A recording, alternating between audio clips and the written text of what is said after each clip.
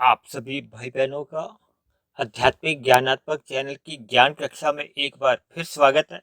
आज की चर्चा का विषय है सत्संग और कुसंग। सत्संग के आगे हमने देखिए एक शब्द लिखा है प्रयत्न पूर्वक, और कुसंग के आगे हमने एक शब्द लिखा है सहज। देखिए, प्रयत्न का मतलब तो हम सभी भाई बहन जानते हैं, जिसमें हमें थोड़ा प्रयास करना पड़ता है, मेहनत करनी पड़ती है, परिश्रम करना होता है। और सहज का मतलब जिसमें हमें कुछ परिश्रम नहीं करना होता, अपने आप ही होने लगता है। जैसे कहते हैं ना, जब किसी का एक स्वभाव बन जाता है तो स्वभाव में हमें आपको मेहनत नहीं करनी पड़ती, वो स्वभाव सहज ही प्रकृति के गुण उसको करवा देते हैं, या परमात्मा की शक्ति उस स्वभाव को एक करवा देती है। अक्सर ये शब्द हमारी चर्चाओं में देखिए बोले जाते हैं, लेकिन आज हमारा जो विषय है वो केवल सत्संग और कुसंग के ऊपर ही है, कि ये दोनों स्थितियां आपके हमारे साथ ये प्रयत्न पूर्वक और सहज, ये दो स्थितियों के साथ जुड़ी हुई हैं। अक्सर मनुष्य इस पर कोई गौर नहीं करता। जब गौर नहीं करता तो फिर उसके जीवन में देखिए कोई आध्यात्मिक उन्नति हो नहीं पाती। हम सभी भाई बहन देखिए मनुष्य योनि में है। मनुष्य योनि को ही एक कर्म योनि कहा गया है। कर्म का अभिप्राय क्या होता है कि हमें पुरुषार्थ करना होता है, उसके लिए भी तो हमें परिश्रम करना होता है, प्रयत्न करना होता है। हम जितने भी कार्य दिन में करते हैं, रजोगुण में रहते हुए क्रियाएं करते हैं, तो उसके लिए हमें परिश्रम करना होता है। हम सुबह उठते हैं, नहाना धोना और भी जितनी भी छोटी क्रियाएं होती हैं, वो सब क्रियाएं हमें करनी होती है। फिर हम घर से निकलते हैं, व्यवसाय में जाते हैं, तो रास्ते में हमारी क्रियाएं होती हैं। व्यवसाय में जाकर फिर हम अपने काम धंधे करते हैं। यानी कि हम विषय भोगों की प्राप्ति के लिए कहो, या प्रकृति के जो 5 भोग विषय हैं, गंध, रस, रूप, स्पर्श, शब्द, ये जो 5 हमारे आपके भोग विषय हैं, मनुष्य इसके लिए तो देखिए परिश्रम दिन रात करता रहता है। तभी तो देखिए दिन में आप देखोगे ना, लोगों की भागदौड़ किस दिशा में चलती है। कोई सत्संग के लिए तो देखिए भागदौड़ नहीं होती, ये विषय भोगों की प्राप्ति के लिए, कि अधिक से अधिक हम विषय भोग की प्राप्ति कर सके। ये जो हम धन कमाते हैं, किस लिए?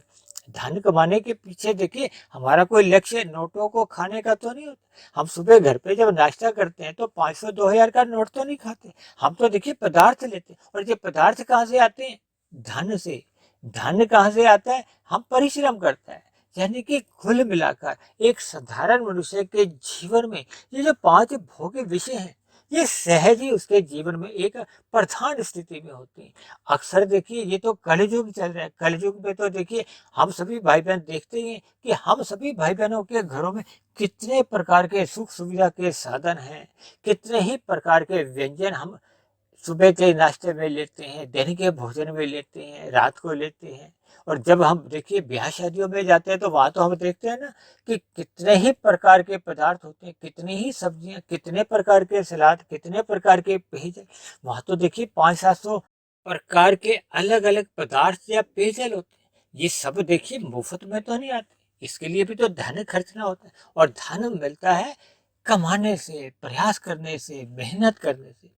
चर्चा को आगे बढ़ाने से पहले देखिए हम सत्संग और कुसंग का एक शाब्दिक अर्थ समझ लेते हैं। देखिए, सत्संग का अभिप्राय होता है जब हम सत्य का संग करते हैं।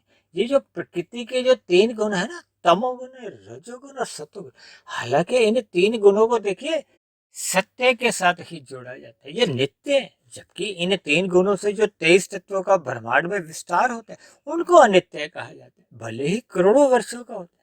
और ये जो आपके हमारी जो आत्मा है, ये चेतन तत्व है, इसको भी नित्य कहा जाता है, क्योंकि आत्मा का तो देखिए जन्म मरण नहीं होता। और इसी तरह एक परम चेतन तत्व है परमात्मा। परमात्मा को परम आत्मा यानी कि परम सत्ता कहा जाता है, क्योंकि परम शब्द एक सत्ता के लिए आता है। हम सभी भाई बहन तो देखिए अनेकों आत्मा है।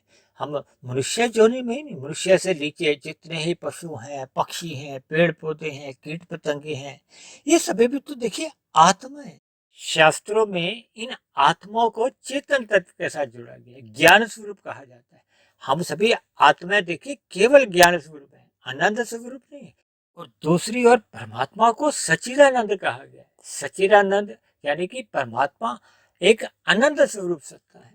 इसलिए तो देखिए जब जब हम सत्संग करते हैं, परमात्मा की सम्मुखता बढ़ाते हैं, तो हमें भी देखिए आनंद की कुछ झलकें महसूस होती है ना। इसलिए तो हम सत्संग करते हैं। और फिर सत्संग करते करते जैसे कैसे हम साधना को आगे बढ़ाते हैं, हम एकाग्र होते हैं, ध्यान लगाते हैं, फिर हम समाधि में जाते हैं। यानी कि परमात्मा की जितने अधिक अनुपात में हमें नजदीकियां मिलने लगती हैं, तो फिर परमात्मा की आनंद की झलकें भी बढ़ने लगती हैं।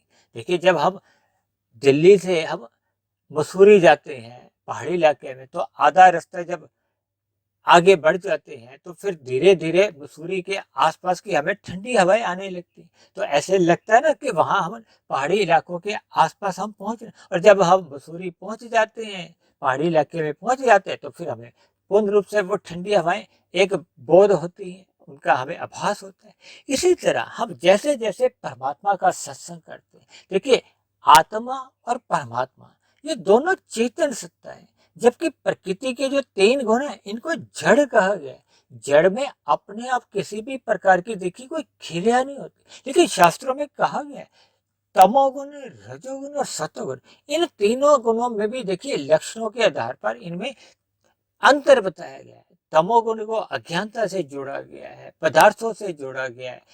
इसी तरह काले रंग से जोड़ा गया। अक्सर देखिए हम तमोगुण को काले रंग से दर्शाते हैं, और आज तो हमने देखी जो कुसंग में हमने काले रंग से ही दर्शाया है, जबकि हमने सत्संग को सफेद रंग से दर्शाया है। देखिए जब जब हम सफेद रंग से दर्शाते हैं, तो इसका अभिप्राय होता है सत्वगुण या विशुद्ध सत्वगुण, आत्मा या परमात्मा, या जिसको हमने अपने जीवन में एक महत्व देना होता है। क्योंकि हमने अपने जीवन में देखिए किसको महत्व देना है, सत्संग को। सत्संग की स्थिति कब मानी जाती है, जब हम आत्मस्थित हो जाते हैं, या फिर हम परमात्मा का ध्यान लगाते हैं, यानी कि विशुद्ध सत्वगुणी सत्ता में स्थित होते हैं। यानी इन दोनों स्थितियों में जाने के लिए सर्वप्रथम हम प्रकृति के जो एक सत्वगुण है उसका संग करते हैं। इसीलिए तो देखिए इसको सत्संग से जोड़ा जाता है। यानी कि मनुष्य जोनि पाकर प्रकृति के जो हम रजोगुण और तमोगुण, देखिए तमोगुण में मनुष्य कब गिरता है, जब मनुष्य राजसी विषय भोगों का असत हो जाता है। जब जब मनुष्य देखिए धर्मानुसार इन विषय भोगों को एक मर्यादा में रहकर इनका संग करता है या भोग करता है, तब तक तो उसका देखिए पतन नहीं होता। लेकिन अक्सर जब जब हम इनको अमर्यादित ढंग से इन विषय भोगों को भोगते हैं, अमर्यादित ढंग से भोगने से फिर हम क्रमशः प्रमाद में आ जाते हैं। प्रमाद में आते आते कब हमारे अंदर आलस्य आ जाता है। देखिए प्रमाद है रजोगुण की स्थिति, और आलस्य है तमोगुण की स्थिति। जब जब मनुष्य इन विषय भोगों को आवश्यकता से अधिक भोगता है, तो फिर वह तमोगुण में गिर जाता है। देखिए रजोगुण को अक्सर मैं एक फिसलने की स्थिति से भी जोड़ देता हूँ, क्योंकि अक्सर हम सभी भाई बहन देखिए विषय भोगों को सामने जैसे ही देखते हैं, तो अक्सर एक साधारण मनुष्य जिसका देखिए सत्वगुण अभी न्यून स्थिति में होता है, वो इन विषय भोगों को भोगने में फिसल जाता है, झुक जाता है, उसकी रुचि बन जाती है। और जब जब मनुष्य अमर्यादित ढंग से इन विषय भोगों को भोगता रहता है, आसक्ति में चले जाता है, व्यसनी बन जाता है, तो फिर कब वो तमोगुण में गिर जाता है, डूब जाता है, मनुष्य को पता ही नहीं चलता। इसीलिए देखिए अक्सर मैं अपनी चर्चाओं में क्या कहता हूँ, ये जो सत्वगुण है ये तो देखिए प्रत्यक्ष रूप से सत्संग है। जब जब हम अपनी स्थिति सात्विक बनाते हैं, अपने दिनचर्या को हम एक व्यवस्थित रखते हैं, संतुलित रखते हैं, तो फिर हम सात्विक स्थिति में अपने आप को पाते हैं। जब जब हम अमर्यादित हो जाते हैं, चंचल हो जाते हैं, विषय भोगों की गलियों में आवारागर्दी करने लगते हैं, यानी कि ये रजोगुण की स्थितियां भी देखिए ये अप्रत्यक्ष रूप से ये कुसंग ही माना जाता है। क्योंकि जब जब हम सत्संग से विमुख होते हैं, तो हम रजोगुण में या तमोगुण में गिरते हैं। तो इसलिए मैं रजोगुण को देखिए अप्रत्यक्ष रूप से कुसंग मानता हूँ, और तमोगुण को मैं प्रत्यक्ष रूप से ही कुसंग मानता हूँ। इसीलिए अक्सर मैं ऐसा भी कह देता हूँ कि जब जब आपके हमारे जीवन में देखिए सत्संग का अभाव होता है, देखिए जब जब सत्संग का अभाव होता है, यानी कि जब जब आपके हमारे जीवन में सत्वगुण न्यून स्थिति में होता है, तो फिर हम या तो रजोगुण में गिर जाते हैं या तमोगुण में, और दोनों ही स्थितियां अंतोगत्वा हमें कुसंग से जोड़ देती है। और ये देखिए, क्योंकि हम विषय भोगों की तरफ सहज ही आकर्षित होते हैं, क्योंकि आपका हमारा जो एक स्थूल शरीर है वो तामसी है, वो पृथ्वी जल अग्नि वायु आकाश का बना है। और ये जो पांच भोग्य विषय हैं, गंध रस रूप स्पर्श और शब्द, ये भी देखिए तामसी कहे गए हैं। इन्हीं तामसी भोग विषयों के कारण ही आपके हमारे स्थूल शरीर का एक निर्माण होता है। ये शिशु का माता के गर्भ में जो एक गर्भावस्था होती है, ये विषय भोगों का ही एक परिणाम है। देखिए, शास्त्रों में इन सभी बातों को एक संक्षेप में कहा गया, लेकिन इन सभी बातों का हमें देखिए ज्ञान पूर्वक अध्ययन करना चाहिए। क्योंकि देखिए, स्थूल शरीर के जो एक ज्ञानेंद्रिय है या कर्मेंद्रिय है, ये तामसी हैं और विषय भोग भी तामसी है। तो दोनों में ये सजातीय संबंध है। इसलिए आपका हमारा स्थूल शरीर इन विषय भोगों की गलियों में सहज ही फिसल जाता है। इसीलिए तो कहा गया कि मनुष्य को अपने मिले हुए जीवन में सत्संग करते रहना चाहिए। इसीलिए भगवान श्री कृष्ण ने गीता में अर्जुन को माध्यम बनाते हुए आपके हमारे स्थूल शरीर की जो ज्ञानेंद्रियां हैं, कर्मेंद्रियां हैं, जो पांच घोड़ों की जो एक लगाम है, लगाम देखिए मन को कहते हैं। किसके अंतर्गत दी है? बुद्धि के। बुद्धि किसके अंतर्गत होनी चाहिए? शास्त्रों के अनुसार होनी चाहिए, परमात्मा की शरणागति होनी चाहिए।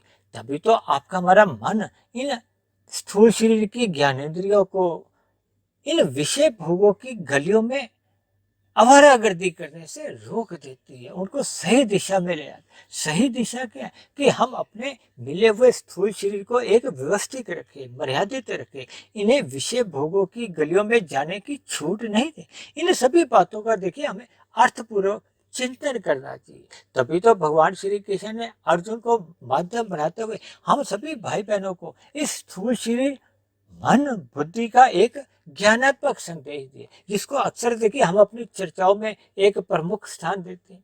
इसलिए मेरी आप सभी भाई बहनों से विनती है कि मिले हुए जीवन में देखिए सत्संग करते रहना चाहिए। ये सत्संग क्या है? देखिए, ये एक प्रकाश है। जैसे सुबह सूर्य का प्रकाश आता है, तो प्रकाश आने से ही जो अंधकार है वो लुप्त होता है। यानी कि यदि सूर्य का प्रकाश नहीं आता तो अंधकार की तो देखिए सहज ही स्थिति बनी रहती। इसी तरह ये भौतिक प्रकृति में यदि सूर्य का प्रकाश नहीं आए तो यहाँ तो देखिए अंधकार की स्थिति सहज ही बनी रहती। देखिए, एक साधारण सी बात है, पृथ्वी गोल है, सूर्य का प्रकाश तो देखिए नित्य बना रहता है। वो तो आधे हिस्से में जो जो उसके सम्मुख हिस्सा होता है पृथ्वी का, उस पर दिन बना रहता है, और जो विमुख होता है उसके जीवन में कहो उस पे पृथ्वी के हिस्से पर रात होती है। इसी तरह आपके हमारे जीवन में जब जब सत्वगुण की प्रधानता होती है तो आपका हमारा जीवन सात्विक बना रहता है, सत्संग में बना रहता है। जब जब आपके हमारे जीवन में रजोगुण या तमोगुण की प्रधानता होती है तो आपके हमारे जीवन में सहज ही कुसंग होने लगता है। सहज, इसलिए मैं बार बार कहता हूँ कि हम सभी भाई बहन देखिए कम अधिक इन विषय भोगों की ओर आकर्षित होते हैं। ये संसारी आकर्षण हम सभी भाई बहनों को सहज इन विषय भोगों की गलियों में जाने की एक सहज ही छूट सी दे देते हैं।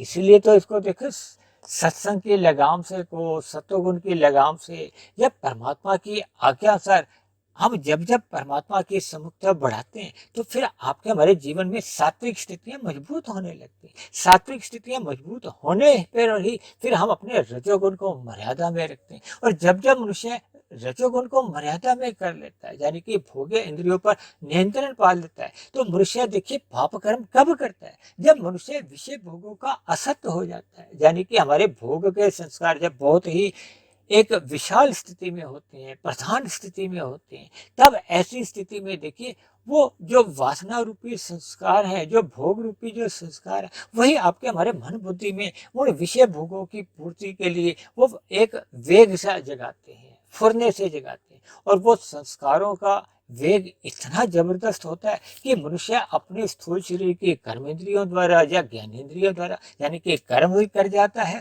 और उन विषय भोगों का कब भोग कर लेता है मनुष्य को स्वयं भी पता नहीं चलता।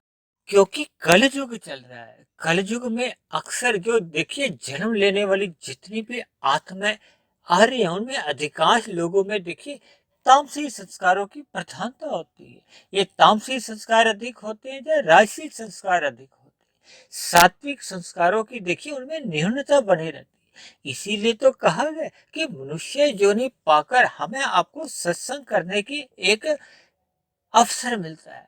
इस अवसर का हमें लाभ उठाना चाहिए। लाभ क्या है? जब जब हम देखिए सत्वगुण का अधिक संग करते हैं, देखिए एक साधारण शब्दों में आप यूं भी समझ लो, जब जब मनुष्य देखिए प्रकृति के 3 गुणों में एक सर्वोत्तम गुण का अधिक संग करता है, संग का अभिप्राय है कि हम देखिए उस गुण को एक शारीरिक रूप से और मानसिक रूप से, देखिए प्रयत्न का अभिप्राय 2 प्रकार से होता है। एक तो होता है शारीरिक रूप से, देखिए जब हम सुबह उठ जाते हैं ब्रह्म मुहूर्त में या ब्रह्म मुहूर्त से पहले ही उठ जाते हैं, तो हमें अपने नींद का त्याग करना होता है।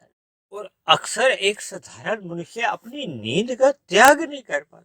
देखिए नींद को शास्त्रों में तामसी कहा गया है। अब क्योंकि देखिए नींद क्योंकि स्थूल शरीर के स्तर पर हम लेते हैं, तो इसको तामस कहा गया। स्थूल शरीर ही आपका हमारा तामसी है। और इसलिए देखिए मैंने तकरीबन 1.5-2 वर्ष पहले एक चर्चा इस पे भी की थी कि हमें कितने घंटे की नींद लेनी चाहिए। देखिए 4-5-6 घंटे की यदि हम नींद लेते हैं तो सात्विक नींद मानी जाती है। यदि हम 6 घंटे से अधिक की नींद लेते हैं, 7-8 घंटे सोते हैं, तो वो राशि नींद। और कभी कभी मनुष्य देखिए 8-9-10-11-12 घंटे की नींद लेते हैं। और कभी कभी देखिए हम उठने के बाद भी देखिए प्रमादवश बिस्तर पर ही पड़े रहते हैं। और अक्सर देखिए युवा वर्ग के लोगों में तो यहाँ तक भी देखे गए कि बाहर सूर्य उग आया है तो सूर्य का प्रकाश उनके कमरे के भीतर नहीं आए तो वो खिड़की बंद कर देते हैं, पर्दा आगे कर देते हैं। तो ये सब स्थितियां क्या हमें संदेश देती कि हम आने वाले प्रकाश को रोकते हैं। प्रकाश क्या है? वो ज्ञान है। जब जब देखिए हम अपने जीवन में ज्ञान को आने नहीं देते तो फिर आपकी हमारी स्थिति क्या बनती है? कुसंग की बनती है। देखिए इन सभी बातों को हमें ज्ञान पूर्वक इस पर चिंतन करना चाहिए। देखिए जब हम शारीरिक रूप से ही सत्वगुण का संग करने में कोई प्रयास नहीं करते, तब ऐसी स्थिति में देखिए फिर जो मानसिक स्थिति है, मनन की है, चिंतन की है, देखिए मनुष्य क्यों कहा जाता है? इस पर विचार करो कि जब तक हम स्थितियों पर मनन नहीं करते, चिंतन नहीं करते, तो शास्त्रों में तो यहाँ तक भी कहा गया कि हम मनुष्य कहलाने योग्य ही नहीं। फिर तो देखिए शास्त्रों में जो 4 प्रकार की पशु वृत्तियां कही गई हैं, पशु वृत्तियों को एक पशु के साथ जोड़ा गया, उसके साथ देखिए मनुष्य वृत्तियां नहीं कहा गया। ये 4 पशु वृत्तियां क्या है? आहार, मैथुन, निंद्रा, भय। यदि मनुष्य के जीवन में भी देखिए खाना पीना मौज मस्ती ही बनी हुई है, मैथुन की ही क्रियाओं पर उसकी रुचि बनी रहती है, सोने में अधिक उसका लगाव है, और इन्हीं विषय भोगों के छिन जाने के लिए देखिए वो धन का संग्रह करता है, उसमें लोभ बढ़ता है। ये जो हम विभिन्न प्रकार की देखिए संपत्तियां खरीदती हैं, चाहे वो सोने की हो, चाहे मकानों की हो, या किसी भी प्रकार का कोई निवेश करते हैं जिसको कहते हैं ना इन्वेस्टमेंट किया जाता है, तो ये हम किस लिए करते हैं? देखिए एक सीमा तक तो देखिए इसका विरोध नहीं है, लेकिन जब हम एक मर्यादा से अधिक इन स्थितियों का संग करते हैं, देखिए हमने यदि अपने मिले हुए जीवन में 60 वर्षों तक हमने देखिए 10-15 लाख का ही अपने जीवन में खर्च किया है, तो शेष बचे हुए जीवन में देखिए 15-20-25 वर्ष का जो जीवन बचा है उस पर हम कितने देखिए 100 करोड़ तो खर्च कर नहीं सकते। और यदि हम देखिए 1 करोड़ इकट्ठा कर चुके हैं और 10 करोड़ की योजनाएं बना रहे हैं, और 20-40 करोड़ों के इकट्ठा करने के लिए हम विभिन्न प्रकार की देखिए एक तामसी योजनाएं बनाते हैं, छल कपट ठगी हेरा फेरी ये करते हैं, तो फिर आपका हमारा जीवन किस दिशा की ओर जा रहा है? देखिए ये सभी कुसंग की बातें। तभी तो मैं कह रहा हूँ ना कि जब जब मनुष्य देखिए सत्संग के लिए प्रयास नहीं करता, क्योंकि मनुष्य जोनी सत्संग करने के लिए ही मिली है, सत्वगुण बढ़ाने के लिए ही मिली है। देखिए प्रकृति के तो 3 गुण एक सहज स्थिति में प्रतिदिन ही आते हैं, क्योंकि मनुष्य जोनी हम सभी भाई बहनों को देखिए एक स्वतंत्र जोनी भी है। स्वतंत्र का अभिप्राय है कि मनुष्य को परमात्मा ने खुला छोड़ रखा है कि आप पाप कर्म करो चाहे पुण्य कर्म करो, इसका ये अभिप्राय नहीं है कि हमें पाप कर्म करने को कोई परमात्मा या प्रकृति कोई प्रेरणा देती। वो तो हर क्षण हमें पाप कर्म करने से रोकते हैं। परमात्मा शास्त्रों द्वारा हमें ज्ञान देते हैं कि विधि विधान द्वारा हमें अपने कर्मों को दिशा देनी चाहिए और निषेध कर्मों से बचना चाहिए।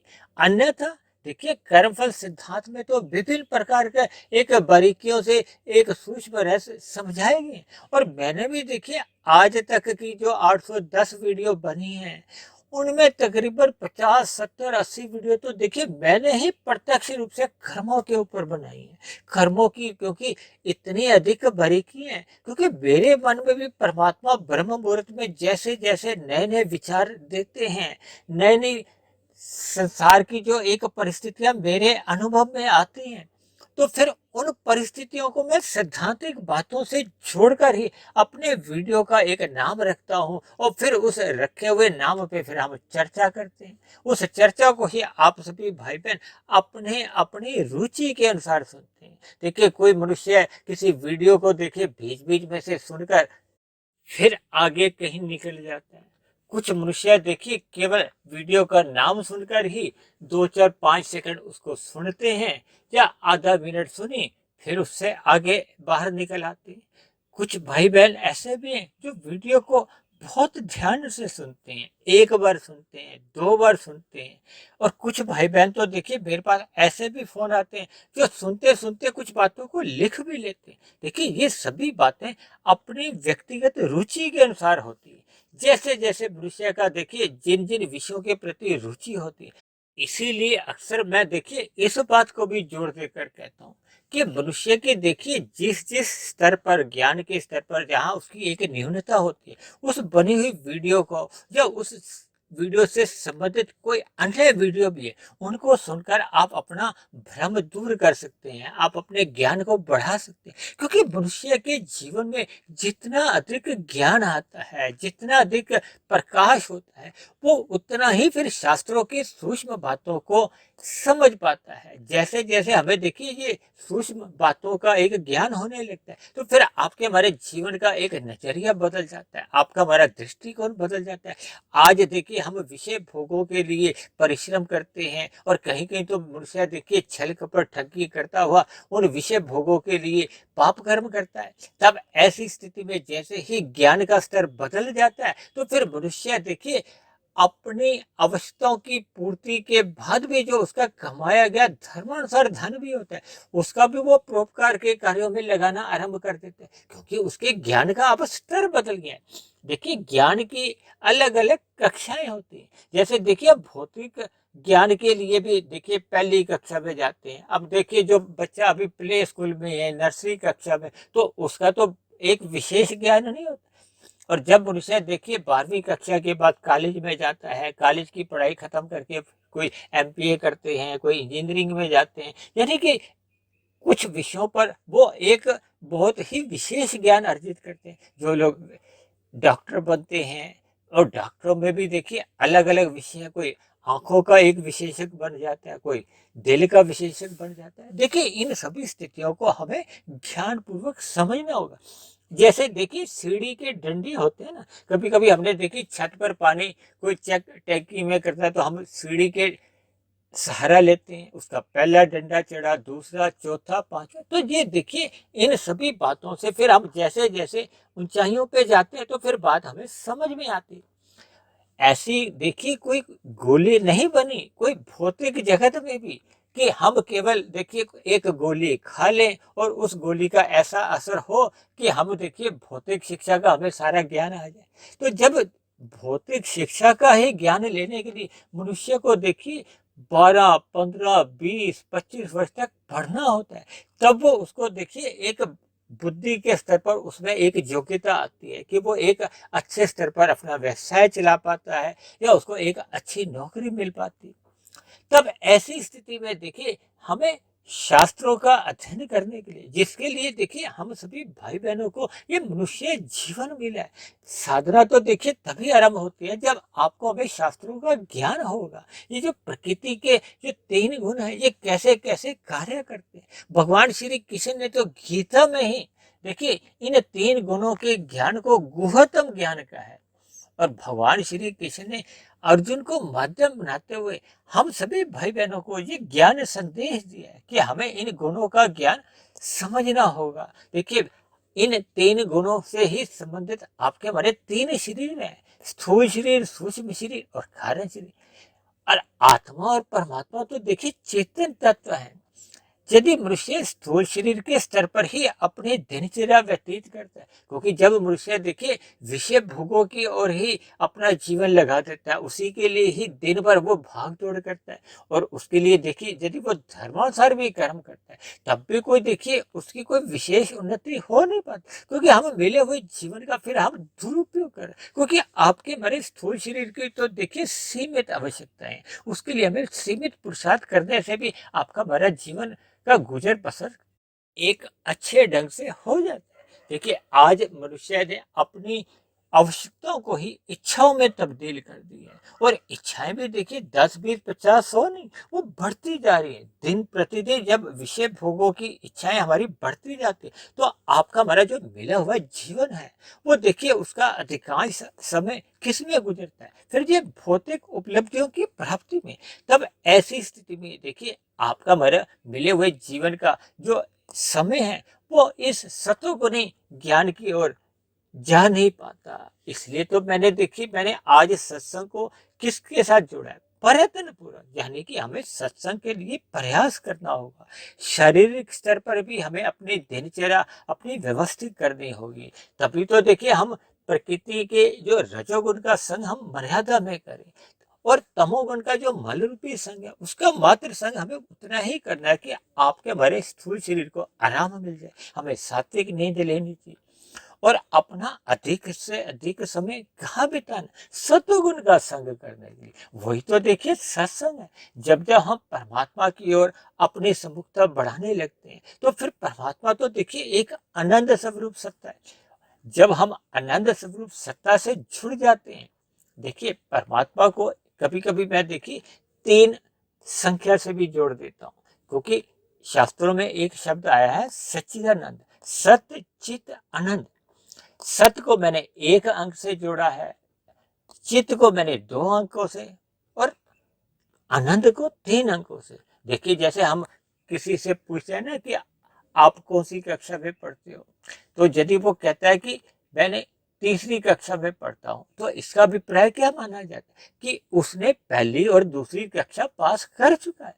और जब कोई अगर विद्यार्थी ये कहता है कि मैं दूसरी कक्षा में पढ़ता हूँ तो इसका अभिप्राय मान लिया जाता है कि उसने पहली कक्षा पास कर ली। लेकिन जो अभी पहली कक्षा में ही पढ़ रहा है उससे तो हम ऐसी उम्मीद ही नहीं कर सकते कि उसने दूसरी और तीसरी कक्षा पास की। तो इस उदाहरण से देखिए हमें समझना होगा ये जो प्रकृति के जो 3 गुण हैं, तमोगुण, रजोगुण और सतोगुण, ये पहली कक्षा के हैं, ये दूसरी कक्षा के नहीं है। हम सभी भाई बहन देखिए आत्मा के स्तर पर सत और चित है, यानी कि ये प्रकृति के 3 गुण तमोगुण, रजोगुण और सतोगुण ये नित्य हैं। इन 3 नित्य गुणों से ही जो 23 तत्वों का विस्तार होता है वो परमात्मा की ब्रह्म शक्ति द्वारा, किसी आत्मा की मेरी आपकी शक्ति द्वारा उनमें विस्तार नहीं होता। हम तो सभी देखिए आत्मा एक देखिए है, परमात्मा सर्वव्यापी एक सत्ता है, परमात्मा की ब्रह्म शक्ति द्वारा ही इन गुणों में विस्तार होता है। इन पर भी देखिए हमने चर्चाएं की, यानी इन सभी सूक्ष्म तत्वों का मनुष्य को ब्रह्म मुहूर्त में ही ज्ञान हो पाता है। इसलिए हमें रात को जल्दी सो जाना चाहिए। रात को जल्दी सोने से देखिए तमोगुण का जो मल रूपी जो एक दूषित प्रभाव है उससे भी मनुष्य बच जाता है और प्रकृति का जो एक ब्रह्म मुहूर्त का जो एक शुद्धतम समय होता है उससे मनुष्य जुड़ जाता है, यानी कि दोनों ही स्थितियों में उसको लाभ मिलता है। एक तो होने वाले नुकसान से बच जाता है और नए लाभ से वो जुड़ जाता है। देखिए बड़े बड़े जो संस्थान जो MBA का कोर्स करवाते हैं वो भी तो इसी प्रकार की ही शिक्षा देते हैं ना, कि आप अपने फैक्ट्री की या उत्पाद की जब अपने व्यवसाय में देखिए खर्चे घटाओ और आमदनी बढ़ाओ तभी तो लाभ अधिक आएगा। इसीलिए मनुष्य को देखिए तमोगुण का मल रूपी संग से बचना होगा, रजोगुण को मर्यादा में रखना होगा और सतोगुण का अधिक से अधिक संग करना होगा। इसी का नाम तो देखिए सत्संग है, यानी कि इसके लिए हमें सर्वप्रथम प्रयत्न पूर्वक अपने दिनचर्या को एक व्यवस्थित करना होगा। देखिए, जब तक हम अपने स्थूल शरीर के स्तर पर ही अपनी दिनचर्या व्यवस्थित नहीं रखते, देखिए जब तक हम सत्संग को श्रद्धा पूर्वक नहीं करते, श्रद्धा पूर्वक का अभिप्राय है कि हमारा सुनना इतना गहरा होना चाहिए कि वो आपके हमारे सूक्ष्म शरीर में जाए, फिर उस पर हम देखिए मानसिक रूप से चिंतन करें, मनन करें। जैसे जैसे वो चिंतन हम गहरे तल पे करते रहते हैं, तो फिर वो चिंतन ही आपका हमारा कार्य शरीर में जाकर एक स्वभाव बनता है, संस्कार बनता है। जब तक सत्संग किया हुआ आपके हमारे जीवन में कारण शरीर में एक संस्कार रूप में जाकर स्थायी प्रभाव नहीं डालेगा, तब तक आपके हमारे जीवन में देखिए कोई व्यवहार में या आपके स्वभाव में कोई परिवर्तन, कोई विशेष आ नहीं पाता। इसलिए तो देखिए आज संसार में आप देखोगे ना, जगह जगह सत्संग होते हुए दिखाई तो देते। तो ऐसी स्थिति में हमें क्या अंदाजा लगता है कि ऐसी स्थिति में सत्संग करने वाले लोग देखिए बेमन से सत्संग करते हैं। इन बातों को देखिए किसी निंदा रूप में नहीं मैं कह रहा। देखिए अगर ये बेमन से भी सत्संग नहीं होगा, तब तो स्थितियां और भी देखिए भयानक हो सकती है। इसलिए मेरी आप सभी भाई बहनों से विनती है कि मिले हुए जीवन में हमें श्रद्धा पूर्वक सत्संग करना चाहिए, ताकि बाद में उसका एक सूक्ष्म शरीर यानी मन बुद्धि के स्तर पर उसका चिंतन हो सके, मनन हो सके। और ये मनन इतने लंबे समय तक आपके हमारे जीवन में बनना चाहिए, होना चाहिए, ताकि आपके हमारे कारण शरीर में शुभ संस्कार बने, शुभ संस्कार बनते जाएं और पहले के जो अशुभ संस्कार, भोग के, अज्ञानता के जो बुरे संस्कार बने हुए हैं, वो क्रमशः समाप्त होते जाएंगे। जैसे जैसे बुरे संस्कार समाप्त होते जाएंगे और नए शुभ संस्कार बनते जाएंगे, तो फिर आपके हमारी दिनचर्या में, आपके हमारे स्वभाव में एक सहज ही सकारात्मक परिवर्तन होने लगेंगे। सकारात्मक परिवर्तन होने के फलस्वरूप हमारे आपके पाप कर्म पूर्ण रूप से देखिए समाप्त हो जाते हैं। सर्वप्रथम हम पुण्य कर्मों में लगते हैं, फिर पुण्य कर्म से फिर हम परोपकार के कार्यों में लगते हैं,